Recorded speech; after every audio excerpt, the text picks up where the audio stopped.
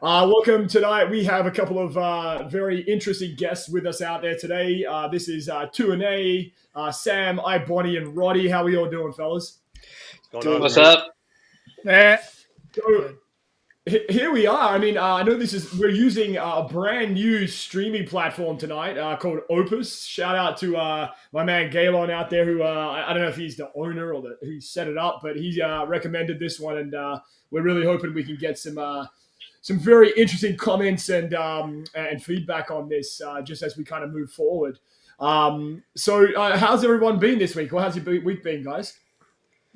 Yeah, not bad. Busy. My week's doing good. I'm gonna replace one part of my room of carpet with this flooring so that my chair can roll fast without it having problems. All right, nice. So listen, guys, another big week in tech, and listen, I think we need to start with the obvious big fucking yellow elephant in the room. Let's talk about this ridiculous iPhone yellow edition or canary edition. Okay, can I start I need to start right off because I don't care if a company releases a new phone, and I don't think this has anything to do with the S23 Ultra because it's a totally different phone. But what I'm seeing on Twitter, and I kind of posted this, and I'm not trying to start a fight with anybody, but I see a bunch of people saying, it's these big time reviewers that have already had 6 iPhones and 4 Samsung devices. I'm like, hey, I went out and bought the brand new yellow iPhone 14. Who cares? It's a different color and it's not great looking. But they're making a big deal of like it's the best thing since sliced bread, and I don't understand it. Maybe it's just because they want to be out there showing off what they got. I don't know. It's got to be for views. They just probably wanted the views, I guess. You know what? I don't know about you guys, but yellow's a fucking ugly color. It's an ugly color for any kind of tech, except, and there is one exception, and I know what Sam's going to say. He's going to say the Lumia, and I have to agree with you, Sam, that the Lumia was the exception to the rule. But that fucking iPhone shade of yellow is fucking the worst. Was there a 5C version of that, or a 4? What was the C version they had that was plastic? Did they have a yellow version of that? I don't think they had yellow though. 5C. They don't think they had yellow. 5C yet. Yeah. How many yellow companies? How many phones besides Nokia that have canary yellow? Yellow? Banana yellow. I don't know. I mean, but I'll tell you right now, man. My Lumia 1020 back in the day, that yellow, that Lumia awesome. polycarbonate yellow, dude. I had that phone. I love that. You can say whatever you want. Ugly color, fuck you. That's fine. It's my money. I'll yellow all day long. But I don't hate it. I don't hate it. What I do hate is why would you buy one if you already have an iPhone 14? Right, that doesn't make any sense. Right. But if you're, I will tell you right now, if I were buying a Lumia, I get it. I get it. Right. Yeah. But I'm into loud colors like that. That's why I liked the Lumia yellow, the Lumia. Like I had the AT&T 1520, the big bright Hulk green one. Yes. Love that. Yes. That was but you expect that. You expected that from Nokia because that's what they were doing. iPhone's not supposed to. I feel like they're just doing this to. I don't know. Well, I mean, new color, more sales. Well, and here's the thing, though. But it puts them in a trick bag. It's like everybody bitches about color options. Yes. So Apple gives you color options. Now it may not be the color option. I mean, because I've seen Samsung devices and other devices that had colors, and I'm like, I don't know if I'm really feeling that color, right? But it's like you can't win or you can't lose. It's one of those things where if you want colors, you're going to get red. Now the other red that I see that they're coming out with on the 15, red. Like more of like a blood red or like almost a little bit. Yeah. That red is better than product red. I don't really like product red. I agree. But again, it's like it's colors, man. You're gonna get a lot of variations of that where people like urine just ain't feeling it and they think it's butt ugly. It looks like urine. And for me, it's not my favorite yellow. I don't dig canary yellow. I would more like want a more of a maize color yellow or even the Lumia yellow. Maybe a chartreuse. Sure. Or I just kind of feel like Apple. Is that a color? I feel like the yellow and the gold iPhone. I just feel like they're too similar. Like I know it's a different shade, it's a different color, and I'm not going to get into fucking color science, but that Tweety Bird yellow, I don't know. Big deal. Like I don't know. Yeah. Again, not my favorite, but I'm not automatically going to hate on it because it's yellow. I think that yellow phones are pretty cool. I mean, I have a yellow case for my Huawei P30. It's a little rubber silicone case. Mm-hmm. Yeah, it's yellow. It's almost that same color. It's a little lighter yellow. I mean, a little darker yellow. Yeah. But it's pretty spot on. So I mean, I'm okay with it. I'm not going to hate on it. I just don't understand why. Yeah. You know, if you're in the market for a phone right now and you didn't get a 14, I mean, it gives you another extra color option. Yep. Why not? Yeah. Is it a SKU that is going to move a lot? Maybe, maybe not. I don't know. But now, is it only the 14, or is it the whole 14 series line that's going to get yellow? 14 and just 14 the 14 plus. and 14 plus. Yeah. No one's buying. I forgot the 14. I forgot the 14 plus was even a thing until you guys mentioned it. Yeah. Because I think people, when they talk about the iPhone 14, I usually hear the 14, the 14 Pro, or Pro Max. I forget. It's like I forgot the 14 plus was a thing. I kind of wish everyone forgot the 14 plus was a thing. Bring back the Mini, man. The Mini, I wanted to get the Mini, but like AT&T ran out of them. Let me just get the 12. Totally on board with the form factor. Completely not on board with the battery. If you're going to rock a Mini and you're going to have a battery that performs like that, you're going to need to have way faster charging than you have. Yes. I mean, if you're going to get What about like? You know how they said this iPhone SE4 was canceled, and now it's coming back. What's your opinion on it? That's a good point. Yeah, I mean, I think I always said that the iPhone SE was a very interesting product for Apple, but I almost wish that they'd killed the SE and kept the Mini, and just had that as the small option. I wish. Yeah, I think many people would agree because SE is just like, you know. The Mini sounds cooler, in my opinion. I think, you know what, and I said from the beginning when it comes to like Apple stuff, if they had an iPhone Mini Pro, like all of the features of a Pro in a Mini, that would kill. The only problem is the battery would be fucking horseshit. And then people would be complaining about that, right? I mean, I guess you got to have some kind of trade-off when it comes to like a I had the iPhone Mini, and the battery life was terrible. It was. I mean, I wouldn't say it's terrible. I mean, you can't fit. It's a small battery. You're not going to get, endurance out of it. But I was really disappointed at how bad the battery actually was in that. So the SE was the same way. Yeah, especially with the people. The 12 Mini? Oh, the 12 Mini was terrible for battery. I mean, especially how iPhone user to me, I think traditionally are on their phones more that I've seen. Like they're more into the social media apps and the video, and they're taking videos. And, yes. I mean, it's like, and if you have a Mini, you're just gonna. I mean, we've already had issues before with iPhones. That was always a funny, like, always just shtick, right? That you have to sit at the airport tethered to the wall because you're right. So then you come out with a phone that basically's got a 2-hour screen on time, and you basically run a couple of videos and you burn it down to half, and then you're gonna have to, and you're charging it 7 watts or 10 watts or whatever it is. And you sit there for an hour and a half trying to get your charge up to 50%. But you had MagSafe. You had MagSafe, and you could just put the little battery on there. It was fine. Sure. It's easy. And then MagSafe apparently is going to cure cancer, right? World hunger. You know what? I had the 13 Mini, and I put that battery pack on it, and it made the phone like 3 times thicker. It really did. It was worth it. It really was. I hate MagSafe. It's just like, I swear to God, the battery I didn't like. Wow, at the foot of this mag, I'm like, Jesus, I know it's convenient. But holy cow, you guys act like it's like the greatest invention since. I don't understand the MagSafe. It's like a magnet. That's all it is. Yeah. That's all it is. Cool. It's nice, but it's still wireless charging, right? It's just going to be slower than any kind of kind of like wire charging. It just is. Yeah. That's cool. Now, quick question. So, just getting back to the color of the iPhone, there, what would be the color you would like a company to release that hasn't been released or has been released in the past? I'm not into colors. I want material. I don't care about color. Okay. Yeah. Give me ceramic. Give me ceramic. Give me metal. Give me polycarbonate. Give me glass. Right. Like the Pixel 5. That have a different kind of. I'm telling you, man. Give me other materials other than. It's like if you're gonna, I would, and then I tell people they do not believe me until they get it in their hands. I say, do yourself a favor, go get you a Lumia polycarbonate 1520, 1020, 920, whatever. Yeah. I'm telling you, cases, forget it. I took my Lumia 1020, I drop it down a flight of stairs, and it hit the floor, and it dented the staircase.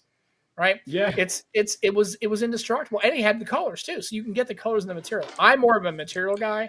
And please, if you get a ceramic device, shit. you better hold on to yourself, because I mean, I had one ceramic device in my life, and I was like, this is the best feeling device ever. It's awesome. Yeah. Now, is it more expensive? I think.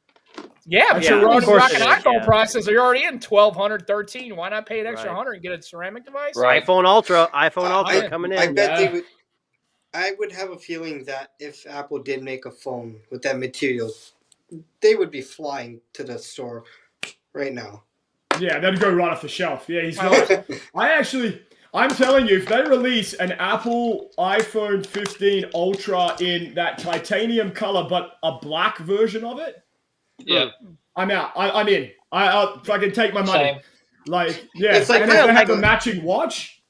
I mean, I like how Vivo and Oppo are kind of introducing those more textured backgrounds. I don't care about the leather. I think leather can wear, and if it's part of your phone, I don't want it to wear like that. But some of these textured, it's hard to explain. A lot of the new Oppos and Vivos and those kind of are coming out. Instead of just being glass, that's fingerprint magnet. It's more of a texture, so you can grip the phone better. Was it the Zen phone? What was it? The small Zen phone that just came out that had that kind of like Zen 9. The 9. It had a rubberized. I felt like a rubberized back kind of. Yeah, I had a Mi 11 with the vegan leather back, and it was pretty slick. It looks good for sure. Yeah, it was nice. It was like the light blue. Yeah, it was great, man. I love that device. I wish this is the one I really wish I would have kept over the last couple of years. Are we talking about like leather back on a phone? Because if we're gonna talk about that, my dad's Note 4 had that kind of fake leather on the phone. It was classic. It was. The feeling plastic, was wasn't so great. Yeah, it was plastic, but it had that kind of that material. Like when you touch it, it felt like it was like leather, but it's not leather. Or I'm not even opposed to like a wood back, like an actual wood grain back. I mean, just something to kind of keep it real. Have it's just have a bamboo back or something like that with a different something like that. Especially since you can't Motorola. Yeah, I think the old Moto Maker, man. Hell yeah, dude. Yeah. Awesome. Moto Maker, bring that back. Hashtag what was the camera? Was that Hasselblad? Was that Hasselblad with the camera? I think it might have been the attachment. Yeah. That thing. Yeah. I love that thing, but it was terrible. JBL speaker on the Moto Mod. Yes. What about the printer? They had the printer and the projector. I had all that. The projector was awesome. Yeah. I had all of it. I love that phone. We're going to talk about a projector on the phone. I remember when Samsung kind of had a projector on their phone built into the phone. Just Moto Maker, going to their website and being able to completely customize your phone and actually add your name to the back and and pay an extra. Dude, it was so much fun. You can just come up with crazy color combinations, and it really made the phone really unique. Yeah, it was so great. I agree. Maybe that's the play that Apple needs to go for. And I know that brings up production costs, and I understand that, but if you really want Apple to be this kind of, and it already is this kind of lifestyle brand, the brand that people gravitate towards, why not give them the option to customize an iPhone look? Like that would kill it. It would be a hot seller. Yeah, the problem with that, but the Motorola the whole problem was every year they wanted to be able to keep the same back. And it kind of limits the amount they can change. So they kind of boxed themselves in for a couple of years, which I didn't really care. It's the inside that counts, your processors, your memory. But I think Motorola was on a thing. But you got to remember, if they're not making money, they're going to axe the project. And that's exactly what they did. It's a business at the end of the day. So they tried. I think they sold units. I just think they're low end. I mean, Motorola's it wasn't as budget phones. So I mean, I don't think and the problem is with the case market and the aftermarket and skin market, I don't really think for Apple users, I don't think having a customizable portal where you could go in there and make your iPhone unique, I don't think it's going to drive any more engagement. Maybe it would. Did Google do that with the Street View? Didn't they do a Street View case where you could put your address in or something a couple of years back?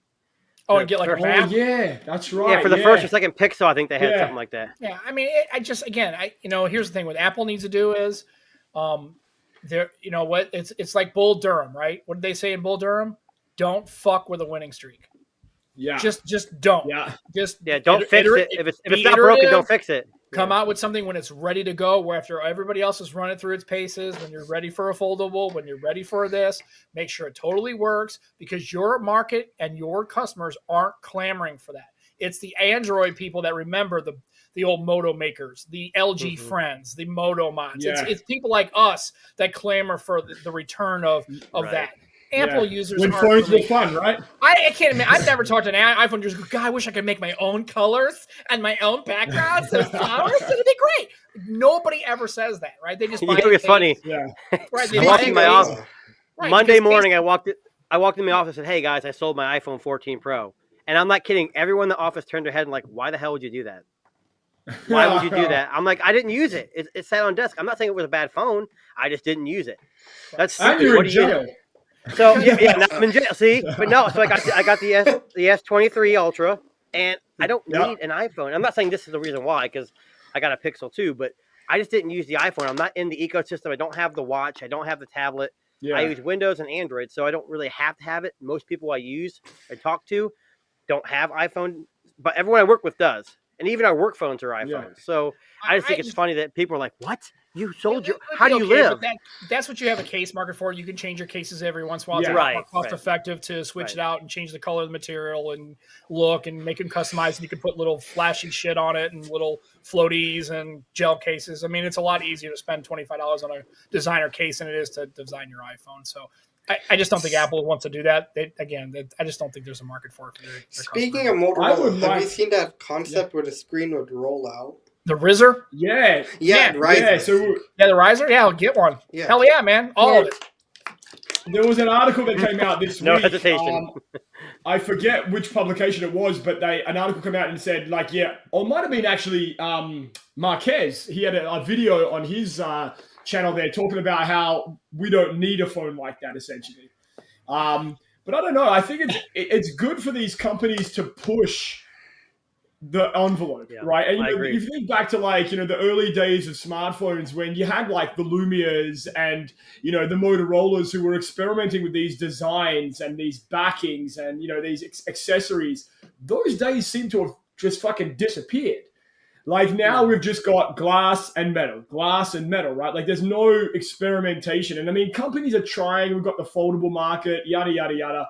But I don't know, I just feel like a traditional phone where a company comes out and says, you know what, we're going to fucking do things differently. If you think about the, what was that phone? What about the OnePlus 11 concept with the water? I think it was water. Who gives a shit? They're not going to come out with it. So who cares? The thing is, it was it changed the degrees by a tenth. It wasn't even worth it. I mean, it's a proof of concept is all it is. And I saw somebody in the comments that posted something about the McLaren concept with the the glass. And and stuff. Again, if it's coming from any other company but OnePlus, maybe. But OnePlus is like your schizophrenic cousin that sleeps on your couch with 5 days growth, right? Well, what's the other company? Who's going to show up now, man?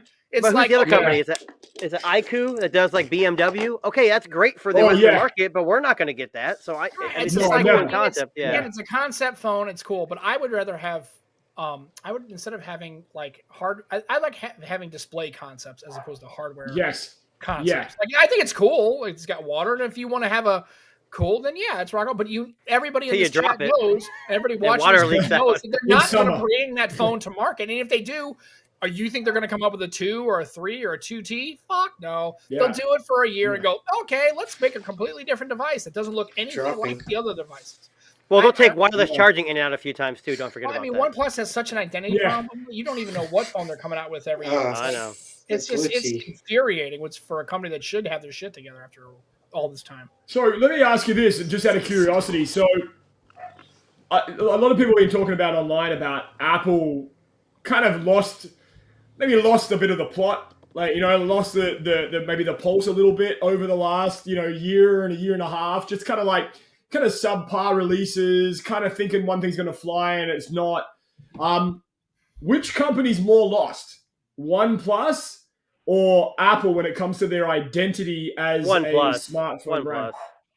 iPhone is not losing anything. You saw that stat on Twitter. I think Roddy put it out there. They're in top 8 phones or iPhones. It doesn't matter what they make. They could throw shit against the wall and put an Apple symbol on it. People are going to buy it. Now, I'm not saying anything bad about it. Their marketing is really good. But they may have lost their way in our eyes, but the consumers are still buying it left and right. Yeah. OnePlus can't even hold a candle to what iPhone or Apple are doing right now. I have the iPhone 11. It's a great device, but it's no Apple. It really isn't. Yeah, exactly. Yeah. Well, speaking of Apple, I don't know if you guys... iPhone 11. You meant the OnePlus 11? Yeah, I'm sorry. That's an iPhone 11. No, I was just making sure. I mean, maybe. The OnePlus 11. I don't have the iPhone 11. Oh yeah. I mean, it looks like a great device, but it's like, again, it's if it's not in a carrier store in the United States, it's not going to sell. And and again, I've told people before, and I'm going to stand by it. Apple doesn't have to run an ad for the next ever. Nope. And everybody knows that come August to October that it's the new iPhone season. They're going to come, and they're not going to do anything drastic. Now, I'm curious to see this capacitive button thing, because I think it's going to. If anybody's going to pull it off, it's Apple. But I think people are going to be, as a user of a U12, I'm telling you, capacitive buttons can be a real challenge in a hardware. Yes, I agree. And I'm curious how they're going to pull that off, because I think a lot of people at first are really going to balk on it. Again, the eSIM is a different thing, because once you set your eSIM, you're not changing your phone. Most iPhone users aren't switching every 15 minutes. I actually think the bigger issue this year is going to be the USB-C situation. So an article came out this week where one of the well-known Apple leakers, named X, basically said that it appears as though there'll be software limitations on charging speed for non-certified USB-C charging cables for the Apple iPhone 15. Mm-hmm. Now, I don't know about you guys, but I think that's a fucking really bad idea. I think you open that shit up to everybody, let all these companies like Anchor and all these guys, profit off of the fast charging that's now on an iPhone. But I don't know. You're missing the point. Yeah. The good thing they could do is right now, what they're doing right now, they're gonna release their new, MiFi, whatever they want to call USB Type-C, whatever they're gonna call it. Yeah. And then, when the iPhone 16 comes out, they're gonna say, look, you guys, we listen to you. We're gonna open this up to these brands, and they're gonna reinvent the wheel. Which, to me, again, I'm making jokes about it, but that's their marketing, and it's gonna be the greatest thing. And they're gonna show those graphs where their USB-C is 300 times faster than this brand. USB-C, 2013 or something. It's just, that's how it is. But they'll sell. Listen, is it a mistake? When they can beat OnePlus at their charging speeds, then we'll fucking talk. But until then, Apple Samsung can't even do that. No, exactly, right? Exactly, right. I mean, what's that? The Realme, the 300 watt fucking charging? Yeah. Like, a full charge in like 9 minutes. Yes, yeah. But Apple won't, and that's going to be a big marketing thing for this year's iPhone. We have USB-C now; it's more compatible, more accessories, etc. But you're right. I mean, a software limitation on charging speed, I think that's a dick move from Apple. Yeah. Give the consumers the option to kind of choose a cable that's affordable. But again, I understand why not. It's money, right? You can charge people more to buy the official certified MFI, whatever, USB-C cable for Apple. But just getting back to what you said, Sam, about the capacitive buttons, I think somewhere along the line, I think the end product for Apple was always a buttonless phone. Buttonless, portless phone. I mean, if you think about it, they don't even really need to do USB-C. They could just go all in on MagSafe and say, fuck you. We don't need you to follow your rules. Let's put a... But isn't MagSafe a universal standard? Isn't that a universal standard? That's why they have it like this MagSafe 2.0. It's not an Apple thing, is it? I thought MagSafe was like an open standard. Apple patent. I think that's a patent that they have. Yeah. Yeah, I mean, I don't know. Don't quote me on that. I don't know, but I mean... Well, they may have the name MagSafe patent, but I don't think the technology is patented. I mean, anybody can make a magnetic wireless charger and call it MagSafe or kind of safe or sort of safe. But I don't. So I can go on Shark Tank and say I got a utility. No, I'm just kidding. Yeah, I just, and I tell Apple, I guess it can't be both, right? I always hear from Apple people, well, Apple won't release it until it's a tried and true, tested technology. Yeah. Okay, well, explain capacitive buttons to me. Because it's not. It's capacitive buttons was used on 2 devices. One of them was the U11, which 5 people bought, and everybody hated. Who did? Well, and USB Type-C is definitely not quite there yet. We're still working out the rough edges. It's USB's got a long way to go. But I'm just saying, it's just like it's this capacitive button thing. It's like let them make a portless phone where it's only MagSafe and it has no ports and everything else. But my question is, what does it gain you? My thing is this, though. My thing is this about the capacitive buttons, because I agree with you 100%. I'm super skeptical of like how it's going to work, and I get it. If you can, slide your thumb up and down and turn it up and down or whatever. But the way I see it, and USB-C to their credit, it's kind of the same thing. It reminds me of like when they had a physical fingerprint reader and then they switched over to Face ID. And now everyone praises how good Face ID is. No one's praising, physical fingerprint readers. But when Apple had it, it was, that was the best thing. That was the best thing. And then when they switched, so many people got mad because they just wanted to, scan their finger and unlock the phone. Well, now nobody wants to do that anymore. Everybody wants you to have some kind of face unlock. I mean, look at Pixel when it didn't have it versus when it got it. I mean, so that's just what they do. It's all in what they do. They're just going to run the marketing, and I don't understand the whole capacitive buttons thing, like why they're doing it. But maybe Darren's right. Maybe they're just trying to go for like a full buttonless, fully enclosed, fully encased phone where it is just MagSafe and it is just capacitive buttons, and I don't get why they would do that, but if they can get the haptic feedback that way, it's been a problem. If they can get the I think the second or third generation of the not Face ID but the Touch ID was capacitive. You clicked on it and actually had a physical click. It wasn't actually a button. If they can figure that out, on the iPhone more 7. Right, but that's more powerful. SE's got it too, but I think that's where they may have, like Sam said, they may be able to do better, but capacitive buttons are a big hit or miss. Yeah, that's a gamble, man. A gamble. You know what though? If they can nail it, we're all gonna be playing catch up again. You know how that works. Yeah. Oh yeah. Right.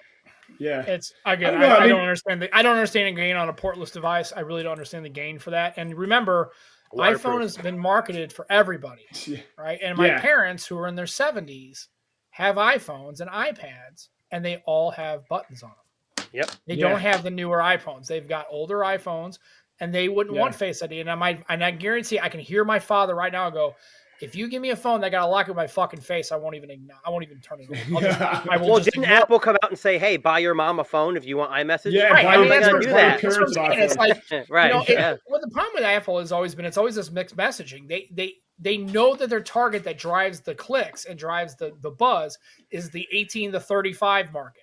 However, everybody who owns their phones, it's all hand-me-downs. It's the same people who own Macs. Yeah. I talk to people constantly like, you have a Mac? Oh, this is my son's Macable thing. I had a Windows computer. He told me I needed to use these Macable things because he gave me his old Mac because he bought a brand new one. So I don't know what the hell to do. And he had to come over and show me how to use it. Yeah, I mean, that's what they are. I mean, most of the people who are in their 50s plus who are using Apple devices, most of those people are hand-me-down people. Yeah. Because iPhone wasn't around 30 fucking years ago. So they weren't using it in their 20s. So let's cut the shit here. It's like, you know what I mean? It's their kids and their grandchildren all have these iPhones. And I'm telling you, my father and my mother only use iPhones because of iMessage and because they can share messages and AirDrop and all that other bullshit. Yeah. That's it. So I have a coworker who had a Pixel 3, I think, and he goes, look, it died. And so he went and got an iPhone 12 or 13 mini. And he goes, my whole family uses Android, and my biggest concern is I can't FaceTime them. I said, you're getting this. This guy's like 75 years old. I said, that's the problem. You can download Google Duo or Meet. He goes, oh, yeah. So he downloads Google Meet, and he's like, oh, wait, I forgot my Google password. So, when you're on Google, you sign into your phone, you download these apps, it works. You get all the Apple, you log in, and then you have to know your Google password because it's not saved like it is. So he said it sounds like a great solution, but he can't remember it. So that's the other issue. Yeah. And like I said, my parents are the kind of people that only updated their phone because two of their apps that they used wouldn't work on they were running iOS like 8.1. It's like, well, they don't, they're older. They don't think about that. They're just like, I want to use my phone. I don't want to get into all this shit and iPhones and apps and this crap. So I went on Swap. I bought them old replacement phones. They were like 8. It was the iPhone 8, right? That's what they use. That's what I use for work, right? It has a physical button. They're cool. So you know what? It's because they have such a broad market segment. Yep. You're not going to hit all the targets, right? You can't, no matter what you do, you're going to alienate some people, whatever. But people that I know who are in their 60s and 70s who have iPhones are usually either because they bought it because their kids told them to, or they're literally hand-me-downs because their kids are all using Apple stuff and they want their parents to use something that's compatible, that they don't have to do all this shit, this rigmarole with it. They can just work on it. It's like this, which is fine. I think they should call it the. Sorry, Ronnie, go ahead. Geez. No, I was just going to say to that point. I got my dad an S22 Ultra last year for Christmas, and because he was kind of tired of his iPhone, and he's one of those people. He's not a techie person. He doesn't have the latest and greatest. He had an iPhone 8, and there was nothing wrong with it. He used it; it was fine. But he likes that S22 Ultra so much more. Like my dad's never FaceTimed me, but we both have the Google messages. And at the top, it's got the little camera. You just hit it, and it'll FaceTime me. Yeah. And there's with an iPhone, he'd have to go in and find FaceTime and all that kind of stuff. So so actually, he's told me he likes it. He likes S22 Ultra more than the iPhone because he feels like it's easier to use. And typically, that's not what you hear, especially for somebody that's not a tech person. Yeah. And so I'm almost strange. wondering. I'm almost wondering if, used to I'd tell people if you want the simple phone, you just get an iPhone, right? Because it never changes. But I almost wonder, if Google and Samsung, mostly Google, is if they're not actually becoming the more phone that you would recommend to older people that don't want Face ID or Face Unlock or buttonless phones and things like that, which. I almost wonder if those phones aren't becoming simpler to use now, and that's just kind of the way to go for a lot of people. They're doing what Apple did. Samsung is doing iterative updates. They're not doing this drastic thing like that. Android for a long time. Every time LG, Sony, Samsung would release a phone, they'd throw everything in their mom at it and see against the wall and see what sticks. Now they're kind of starting to tail it back a little bit, kind of like Microsoft, or not Microsoft. I'm sorry, like iPhone. Samsung's doing it. Google Pixel, they're adding features, doing feature drops. That's the play, I think. You keep the software pretty simple, and you introduce these really cool things like, we want to say exclusive Pixel things, but they're not really exclusive anymore. But what I'm saying? No. Like, Apple doesn't do that. They do bug updates like most companies do. They're not doing those feature drops. So I think that's something they should probably do. And Android does something that Apple doesn't do. Android devices have all phones at every price point and have totally different hardware configurations. You want a foldable? We got you. You want a flippable? We got you. You want a riser? We'll have that too. Oh, do you want to use a different market? You want to buy a cheap phone for $100? Get an Alcatel. You want to buy a $1,800 device? Get a Duo or a Flip 4 or a Fold 4 or whatever. And then you don't like Samsung? Buy a Google. If you don't like Google, buy a Motorola. If you don't like Motorola, buy this. And it's like cheaper and it does this and it does. You have so many more options than what Apple gives you. For people, it's like you have more flexibility. Say, what do you want to do? Now, if you just want to basically hand down a device to somebody and say, here's the device you're going to use, Dad. Boom. Well, then Dad's going to use your device. He's got to fit in that box that you put him in. Instead of Roddy's dad, where you give him a Z22 and go, there are other ways to do it. And actually, as far as I can tell, that the software and the UI experience is actually more streamlined and more functional for Roddy's dad than an iPhone would be. And I'm curious how many more people exposed to that, would have a chance. And I'm saying you should have exposure. And then if they still go to an iPhone, fine, whatever, man. Fly a fucking spaceship to the moon. I don't give a shit what you do, whatever works for you. But that's what I'm saying. iPhone kind of says, here's what we're giving you. You have a choice of different sizes. You have the same, everything's the same. With Android, you have options. So like you said, if you want the Duo with 2 screens that fold, if you want a folding phone, if you want a phone with a projector on it, if you want a phone choice, you got choice, and that's what I just posted in there. It says Android used to say, "Be together, not the same." Right. You can all do the same stuff, right? So I don't care about being cool. Like this is the cool phone everybody uses. I don't give a flying fuck what kind of cool. I'm you're 50 cool. years old. I'm not cool. That's okay. I don't care. So I have that. You're cool, Sam. You're cool in Apple, buddy. I have my issues, right? But I'm just saying. It's just, again, it's I think we have to kind of shatter these preconceived notions that we have about.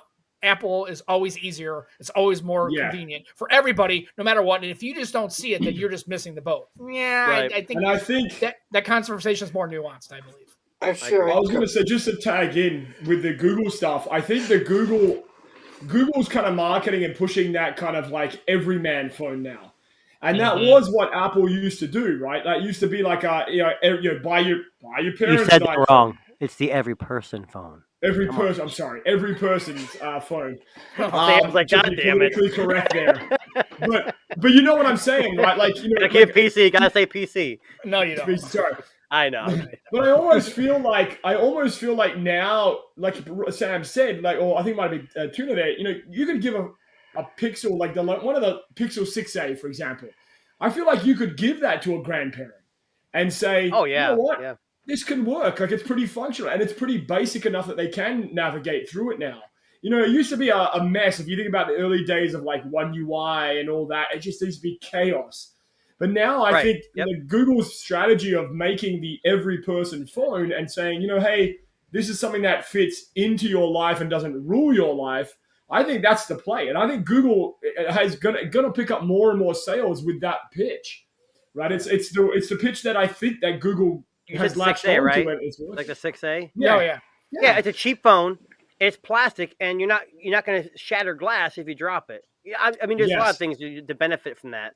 Oh, we also have wireless charging. What 75-year-old person really gives a crap about wireless charging? Right, even knows what it is. Yeah, right. I'm just saying. I could be wrong, but and then what they do care about is if you tell them you can buy it brand new and it's $350, they're like, whoa. Exactly. I thought these other phones. Is there anybody in here that's 75? Anybody here 75? Can we test? Oh, man, I'm getting Darren? close. No. Close. Nah, I feel 75 today, but yeah. My body feels like. Sam, you're not close. I'm 48. I'm okay. 50. Hey, 48 is the new 20. 48 is the new 20. Yeah. No, it's not. No, it's not. Said by a younger guy. Right? Yeah. Oh, sure. Yeah, just look at your knee, right? Well, sure. Exactly. Speaking of old people, I don't know if you guys just saying on the topic of nice segue. Jesus. Apple's just released, or Apple's just about to release classical. The classical music channel / feature of Apple Music. And I actually think out of all the things that Apple's done, I actually think that that's a very clever move by Apple to have a exclusive part of their streaming high quality audio service that, you know, catalogs and caters for people that are interested in that genre of music. And you know, this as a subscription service, you know, for someone, I remember my father was really big into classical music. He loved classical music, but I remember, you know, his room where he used to listen to music, it was just records and CDs and fucking chaos. But imagine the ability to listen to high quality versions of, you know, your favorite classical music. I don't know. I think that's an interesting play by Apple. I think that's a clever play by Apple. I thought you were going to, when you said old people, I thought you were going to talk about a pacemaker. I don't know why I was thinking it was going there. Like, Apple's got their own pacemaker. What would that be called? iPace. What would the Apple pacemaker be called? iPace? iPace. Yeah. iHeart. It'd be iHeart. I can't do iHeart. iPulse. iPulse. iPulse. Yeah. Oh, there you go. Hashtag. I like that. Don't steal it, Apple. Cupertino, fuck you. That's mine. I belong. I know. I agree with Darren. I think it's a good idea. Like, so it's a classical music channel. I thought it was like the UI was classic. Yeah, like that's what I thought too. Click wheel. Yeah.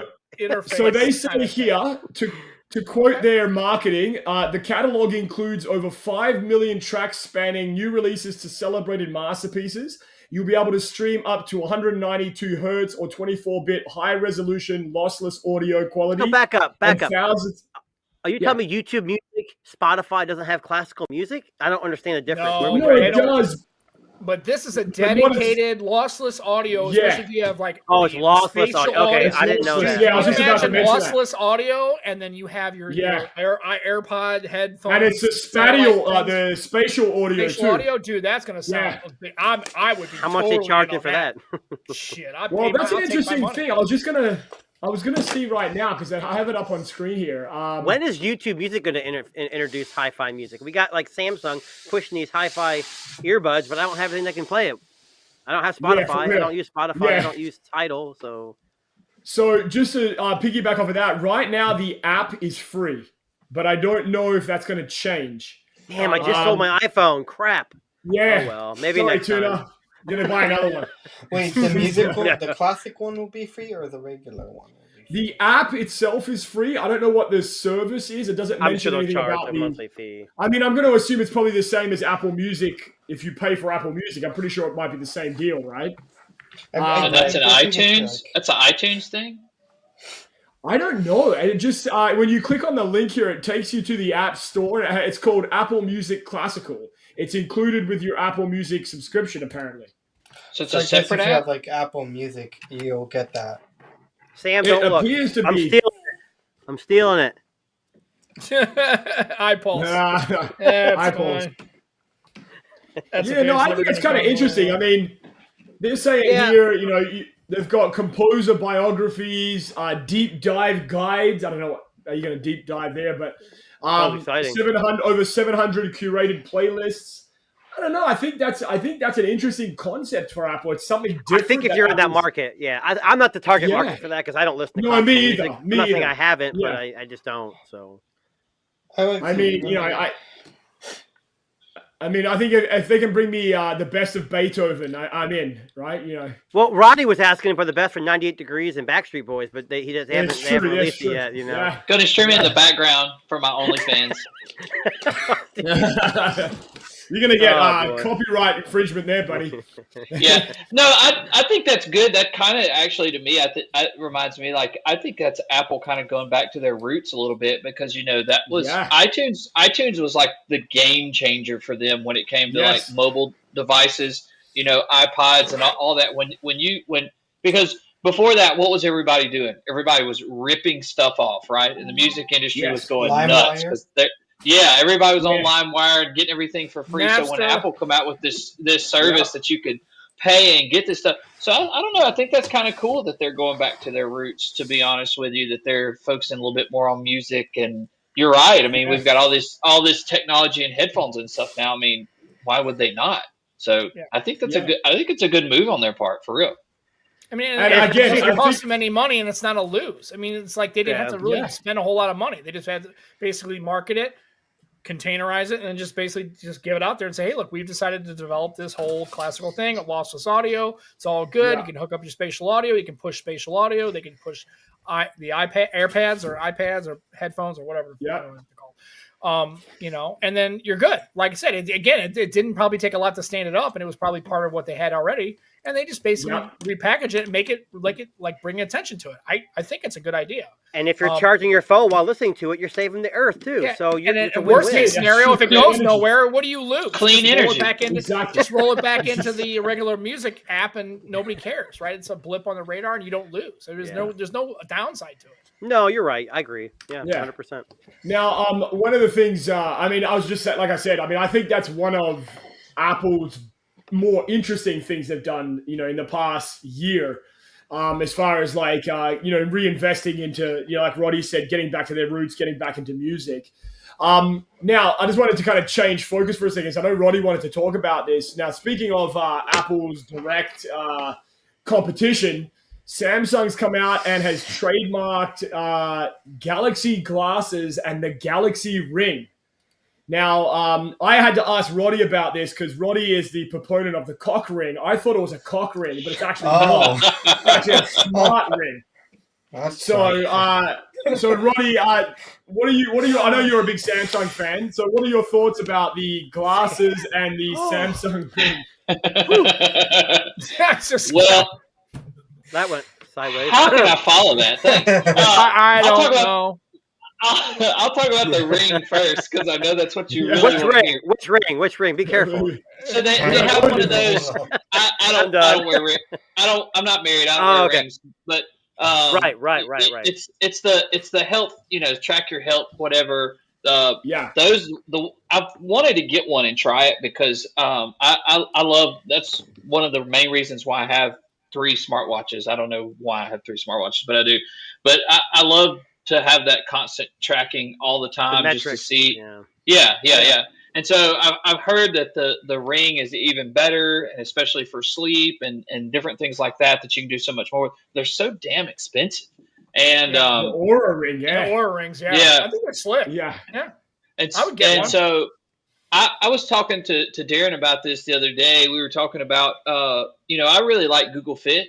It's probably my preferred fitness tracker of the ones that I've used. So I think it would be cool if we get that and it it all works together and everything and you get that. So I think it'd be cool if Samsung came out with one that kind of worked with everything. And integrated with Google Fit and become part of their ecosystem, because that's a famous word. But as far as the glass goes, I'm glad Delvon's not here. I can go ahead and talk shit about VR, but there's no good VR out there. I've tried all of it, and I've sent it all back because it's all so wonky. And so I'm really hoping that Samsung. I disagree. Where's Delvon at? I need to find him. I hope that Samsung integrates the VR more with their phones, laptops, and computers. Kind of like the recent Meta Glass thing, where like you could look at the computer and have multiple screens.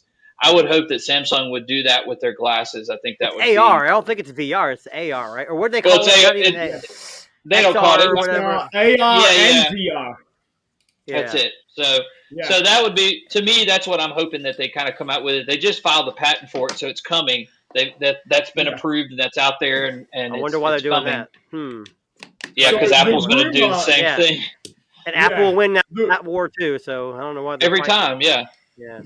Well, the rumor that what I'm reading here on a couple of the publications is that, I don't know if you remember, there was a company called North Focals that were doing Focals. I actually ordered a pair. And then they canceled on me when Google bought them. I was so pissed. So, I bought an iPhone just to scan my eyes for that damn thing.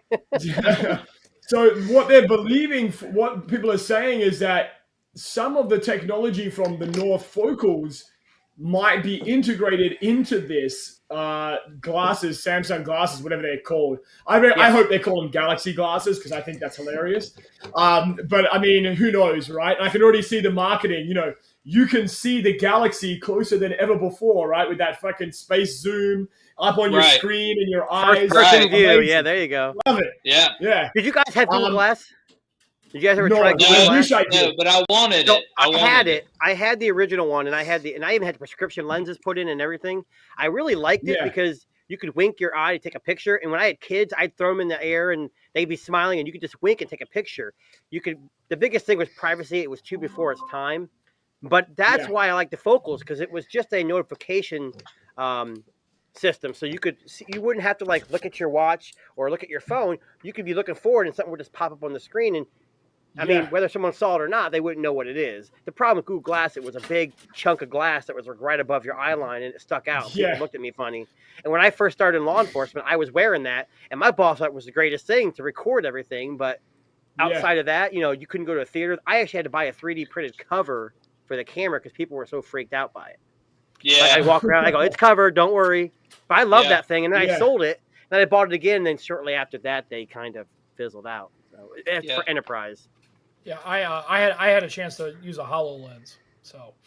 I like cool too. I like that better than having glasses, just because it's huge though. It's big, but and it has a specific use, right? It's more for But I mean, as far as AR, that thing was slick. Like, I mean, I had Outlook on the wall, and then I could take it, another thing, and open up a web browser, and put it on the floor, and then I could move things around, and just kind of look at things as I was talking. I mean, for a business or an enterprise application, it was pretty slick. Like, it was nice to put that on, and you don't have to worry about monitors. You could take, if you were traveling for business, it was great because you just put that headset on, and you could be anywhere as long as you're hooked up, and you could you could use the environment. So you still had environmental awareness because you could see people walking around and stuff, but you could still do things, that were workable. I thought it was a pretty neat little concept. I wish it would have taken off. But. Did any of you ever get a chance to try?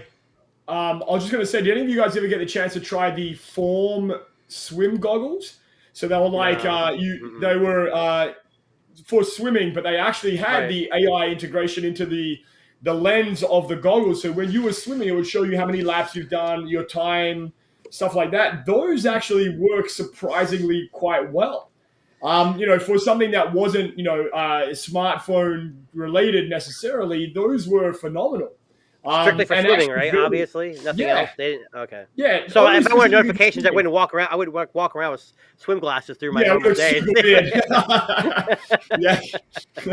But no, what I'm getting at is that that was a company that was just focusing on that area, but they did an amazing job with that product. And, I'm sure there are people that love swimming, and maybe they're listening right now, that are going, they're phenomenal. But, I mean, if any one company could pull it off, it's going to be Samsung. And, I know Google's had a crack at it, and a few companies have had a crack at, the smart glasses. But I think with their ability to kind of pump money into R&D, they actually might be onto something there. And I mean, if they'll probably get ahead of Apple getting it out to market too. Right. Well, did you guys never Gear VR? I used to love those damn things. You click the phone in, you had one controller. With my Note 5, they gave me the plastic headset. They worked pretty okay. What was the game? Face Your Fears. Did you guys ever play Face Your Fears?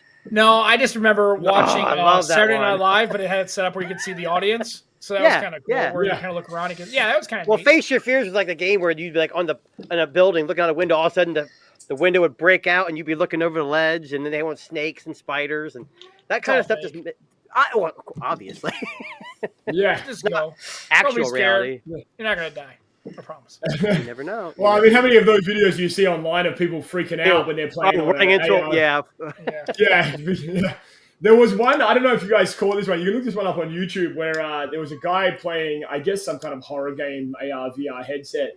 And his wife got his daughter to dress up like one of the characters in the game and then just sit there in the living room until he took the headset off.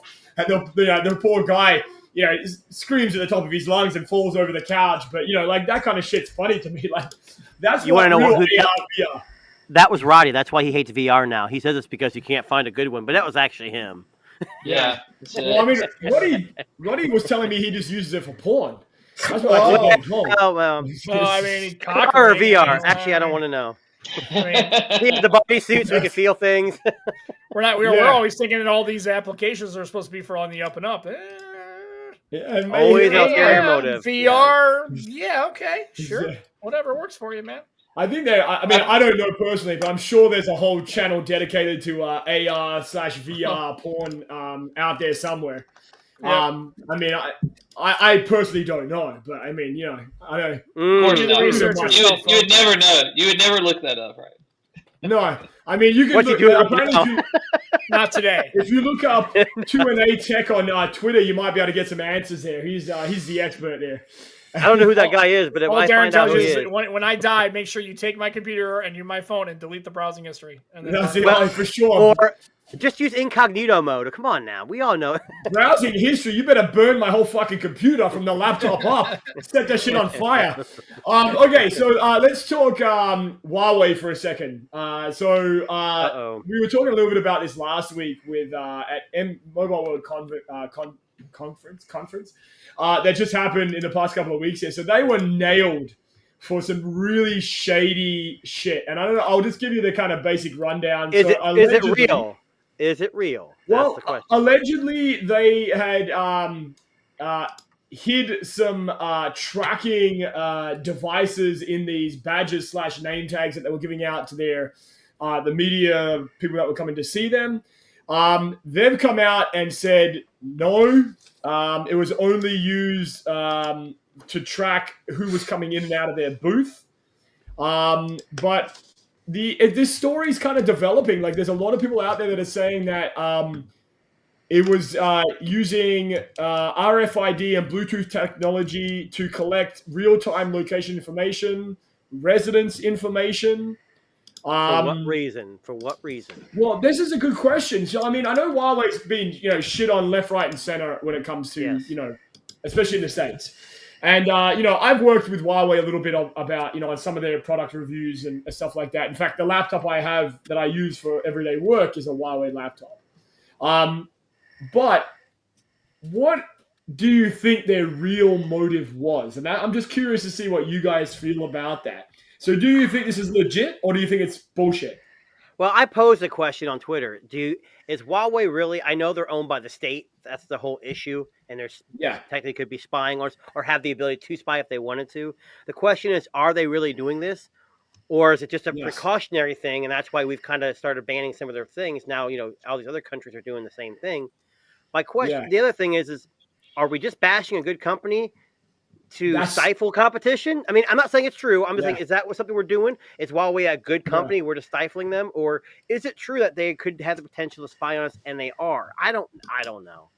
I mean, they could spy. I mean, when I had a Huawei, and when this first came up, I had somebody at work saying, "Oh, you got that damn Chinese phone." I'm like, look, they're all made in China, and if they want to spy on me, they're not going to find anything. But that's one person. But you get a group of people together, enough phones sold, you have a different story. I don't know. Roddy, you mentioned this to me. You wanted to talk about this. What are your thoughts on it, there, bud? Well, I'm kind of the same way Tuna is like, people complain about this phone spying and this, that, and the other, but then everybody's on TikTok. And it's like we've all heard that TikTok is sharing information. So I'm like either you want it or you don't want it. I mean, just make up your mind, and that's kind of my thing. But I do think that it's weird that this would have been like a tracking device put on somebody's badge.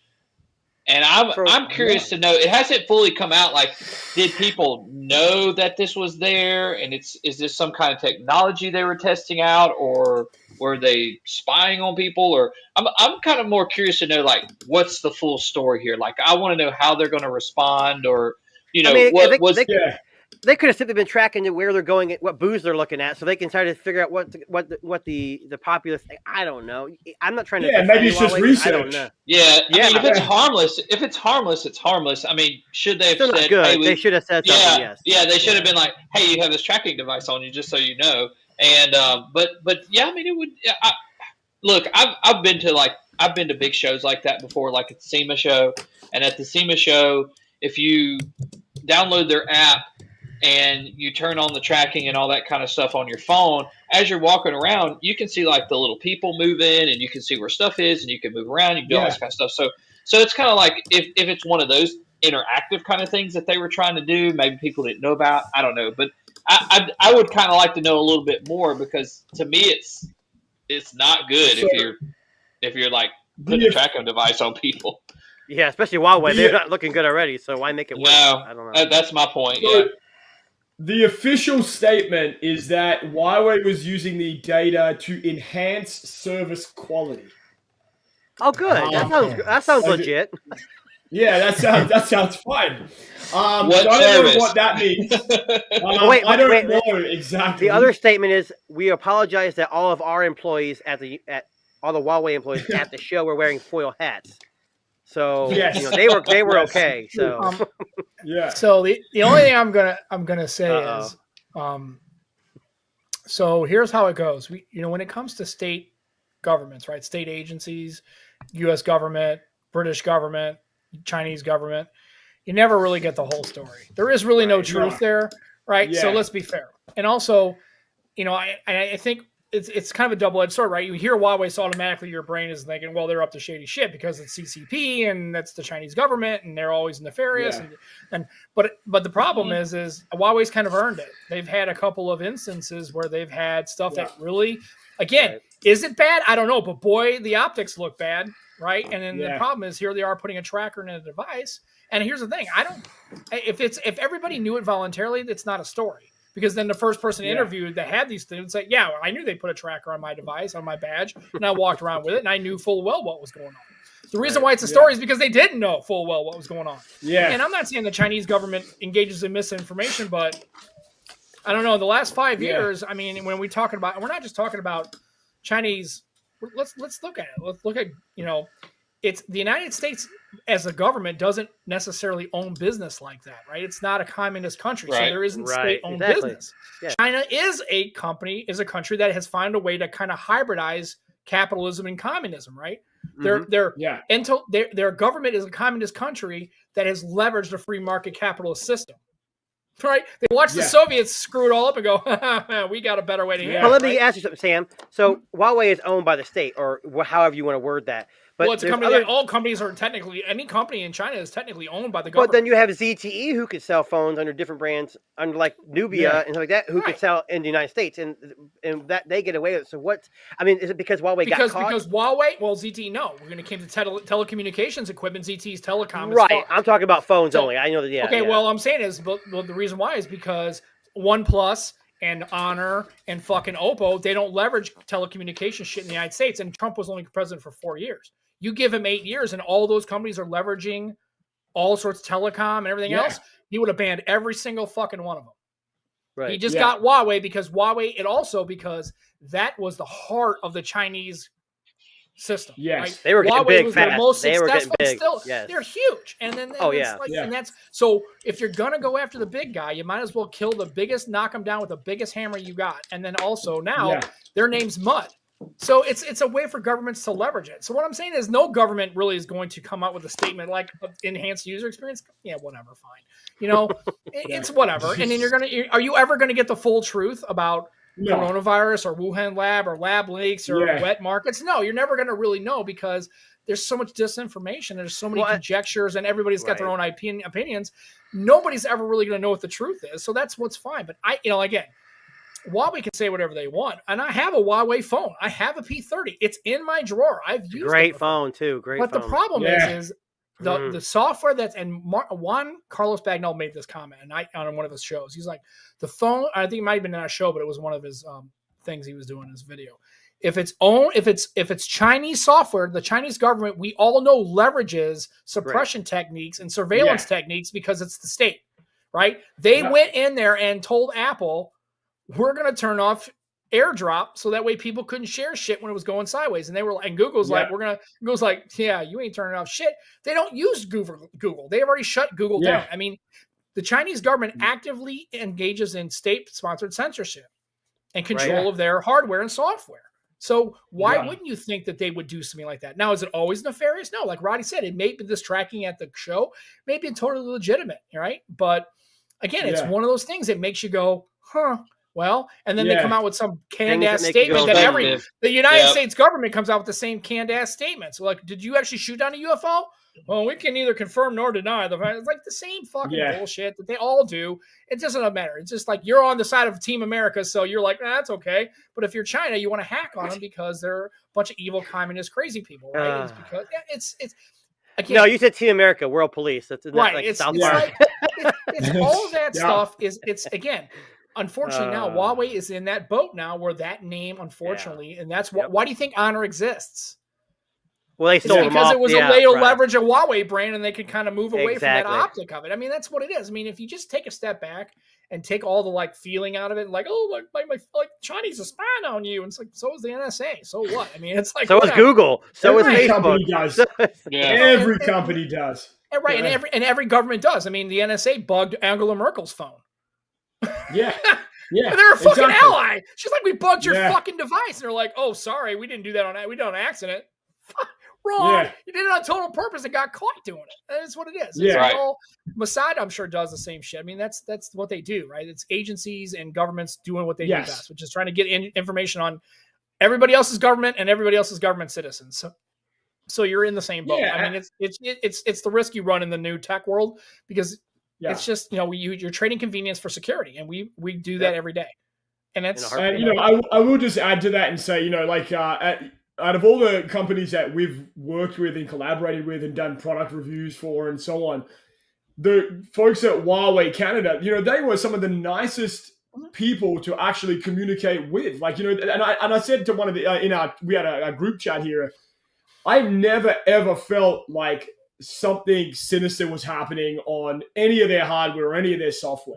I never got that impression, right? Like it seemed like here was a company that was trying to establish itself in a traditionally really difficult market of, laptops and smartphones and tablets. And, they're a company that are not from here. They've got a reputation and mostly in China, being quite popular. Never got an impression that anything was, not toward. And at the end of the day, they hit it really well then. They did. Yeah, I mean, those Christmas baskets that I was sending with the bottles of wine and the chocolates, those went really well. But did you wake up naked somewhere where you weren't supposed to be or something? I mean, they could have probed. What is going on with this naked and cock rings and VR porn? The fuck is going on around here? Holy shit! Let's calm down. It all comes full circle. Influence. It's like, it's just listen, I didn't know about any of this stuff until I met Roddy, and then Roddy just showed me. Virgin ears. Oh, me. It's a single guy. That's what it is. He's the bad influence. Yeah. That's how it is down south. Down Sounds south like it's all raw. Sounds kind of Huawei to me. Roddy's the bad guy. He's like, crazy fucker.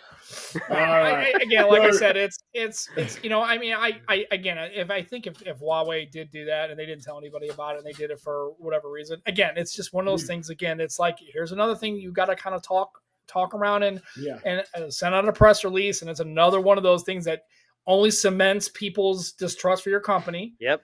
And it also gives people another thing to go. And it's like, no matter what happens in China, they could literally a fucking missile could go right outside of Beijing. Like, oh, that's not a missile. That's just a big, long, cylindrical thing with electronics, and it's got a rocket on it. But it's I'd hate to be. It's for better user experience.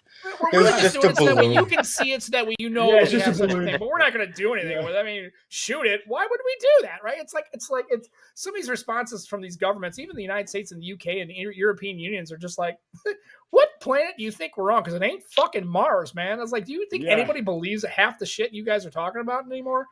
Listen, you want to know? Do you want to know who the most underpaid person is in all of tech? The Huawei PR person. Like, I feel like that, like, whoever that is, if they're listening, if they're out there, you need a fucking raise, because I can't imagine the shit you've had to deal with in the past 5 years, 10 years, trying to spin the narrative on, like, what's going on and what they're accused of. Yeah, but did you hear them talk? I don't think Huawei cares. Like, I think they did it first. They're like, we got our own OS now. We got our own. I mean, I bought a phone when they had the OS, their app store. It was called Harmony. It was terrible OS. for me because I'm a Google everything. It didn't work right. But I sideloaded Google. Still didn't work half the time. But they're coming along, and in the Western markets, they're doing. I had a Mate 30 that had no Google services on it, and I had no problem getting stuff on it. And I actually kind of liked it. I couldn't get like Android Auto to work and stuff like that. There's some things you can't. You need the Google framework, services framework. But I was able to hack it on there, and even I didn't. I just didn't use it. I don't use Android Auto in my car. I have a 21 Mustang. It's got a simple entertainment system. I don't use Android Auto in it. It's got a cassette player. 8-track. Fuck you, man. 8-track. 8-track. There you go. That's what I'm saying. I'm all right with that. Hey, I'm good with that. Hey, I'm old. I mean, it would have an 8-track, right? That's cool. Yeah. Roddy, do you know what an 8-track is? No. I think Roddy's beat you. I do actually. Oh, he does. I actually do. Oh, okay. How about a 9-track? I know Roddy's the music guy of our group here, so he probably knows for sure. If anybody knows, it's Roddy. Yeah. I had a car with an 8-track in it one time, and it came with some 8-track cassettes in it. I listened to them. Nice. It was fun. Oh yeah. It was Conway Twitty. That's what it was. Conway Twitty, Johnny Cash. I mean, stuff like that. Engelbert Humperdinck. Yeah, I'm getting. No NWA. No NWA or on 8-track. No. Not really. I don't think so. You put it on 8-track. But no Snoop on 8-track? No.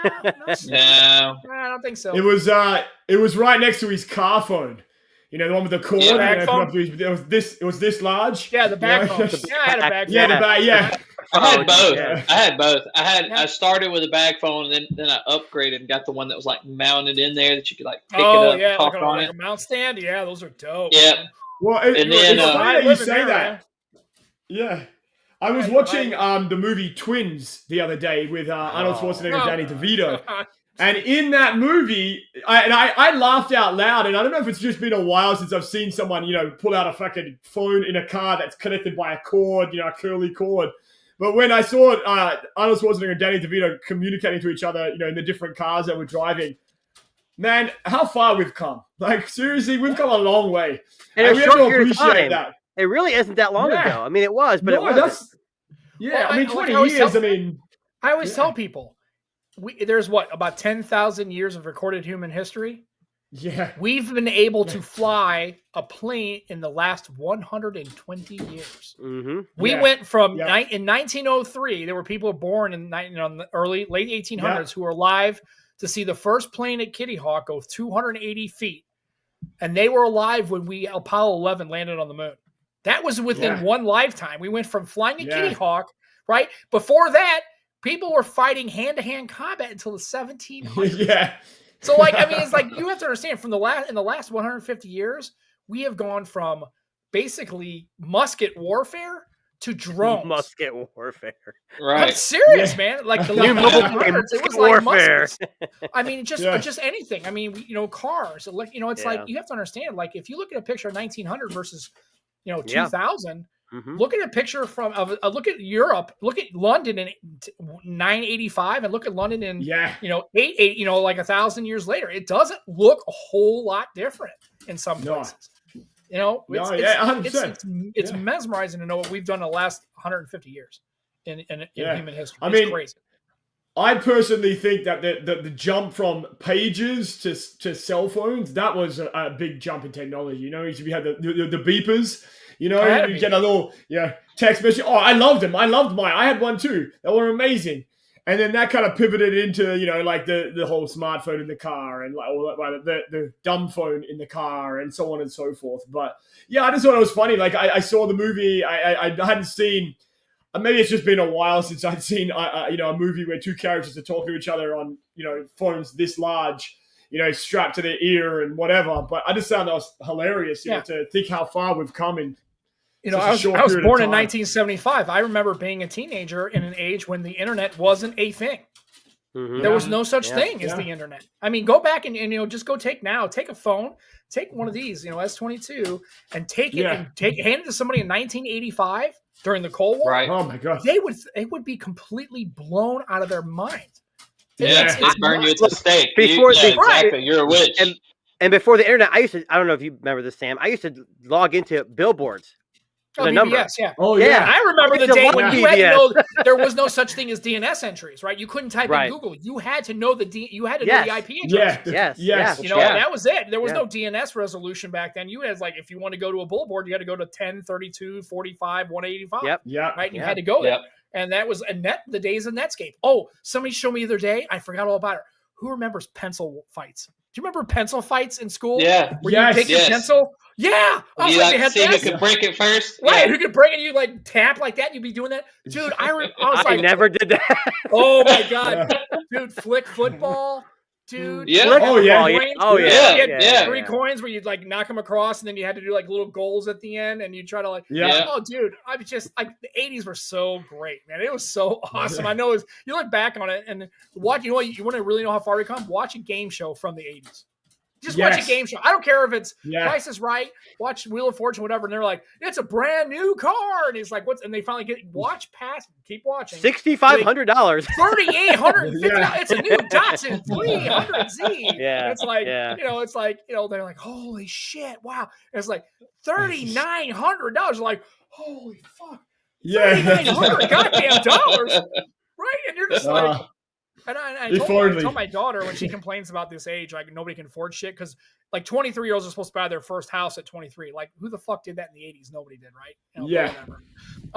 I remember when I started my first job in 1990, minimum wage was $3.15 an hour. Wow. And you were making money and you made it rain. Dude, and then in September it went to $3.85 and I thought I hit the fucking jackpot. I was like, holy shit. $4 an hour. Back then that was good money, inflation and all that stuff. Yeah. But it really wasn't. And here's the thing, people don't remember in the 70s the interest rates were 14 fucking %. Mm-hmm. Right. Kids today think this is a new thing. Like, oh, this interest rates are crazy, and it's like I can't afford shit. I'm like, 4%. Dude, people in the 70s were in line for 6 hours to get 1 tank of fucking gas, dude. Yeah. When gas was when every car got 18 miles a gallon or less, you were lucky. Some cars had single digits. Yeah. I mean, quit acting like this is some new shit. You guys have to go back and do this thing called read 25 years ago in history. We've had these economic spikes where interest rates were at 13, 12, 14%.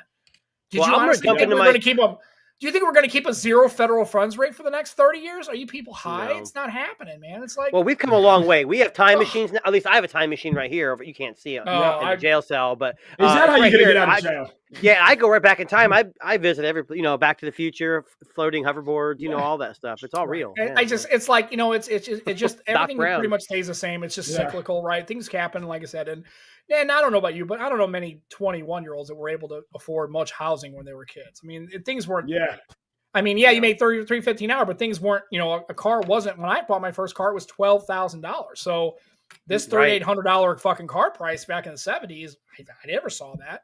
right? So, well, it's kind of funny you speak about Back to the Future because I'm always every time I think of that movie, I think of that line from Doc Brown where Marty tells him, he asks him, "Who's the president now?" And he says, "Ronald Reagan." And he says, "Ronald Reagan, the actor." Yeah, like, yeah. And that's Yep. like that's just like an indicator of like kind of like the whole premise of like where we're heading. With all this.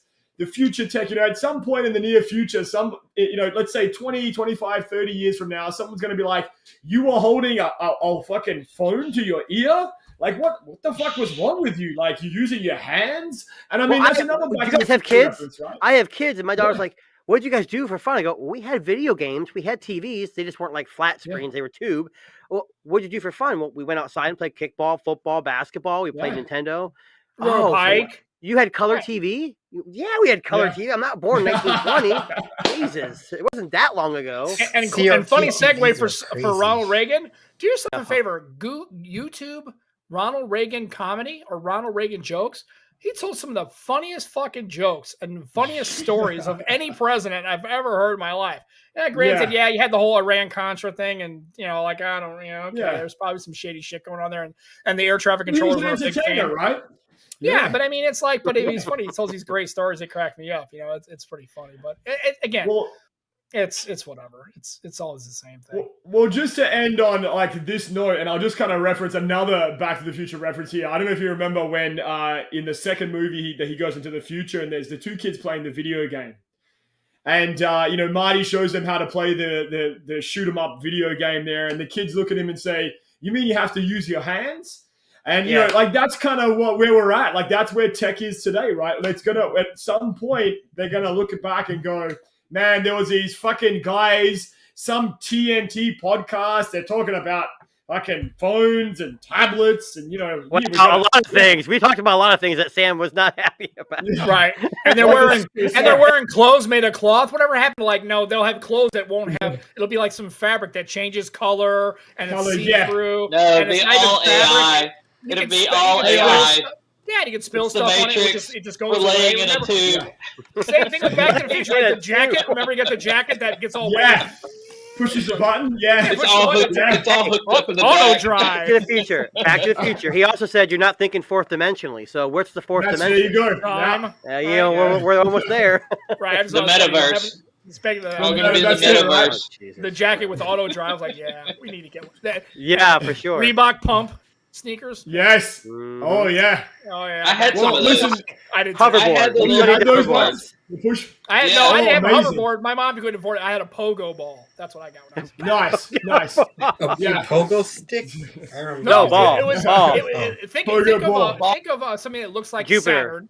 Right, it's a ball. Saturn. It has. Okay. Yeah, you can Google it. It's called Pogo Ball.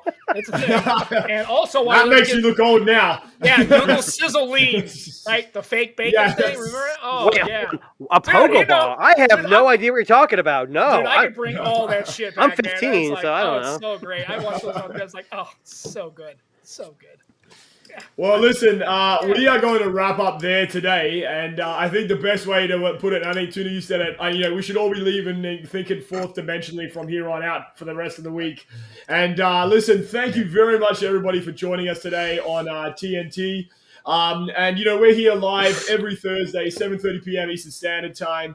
And we would love for you to come back and join us. And as Roddy mentioned earlier on in the chat, please make sure you hit that like, subscribe button. You can catch all these lovely people that you see up on screen right now on Twitter, YouTube, OnlyFans. That's just Roddy. But, the rest of us, we're out there.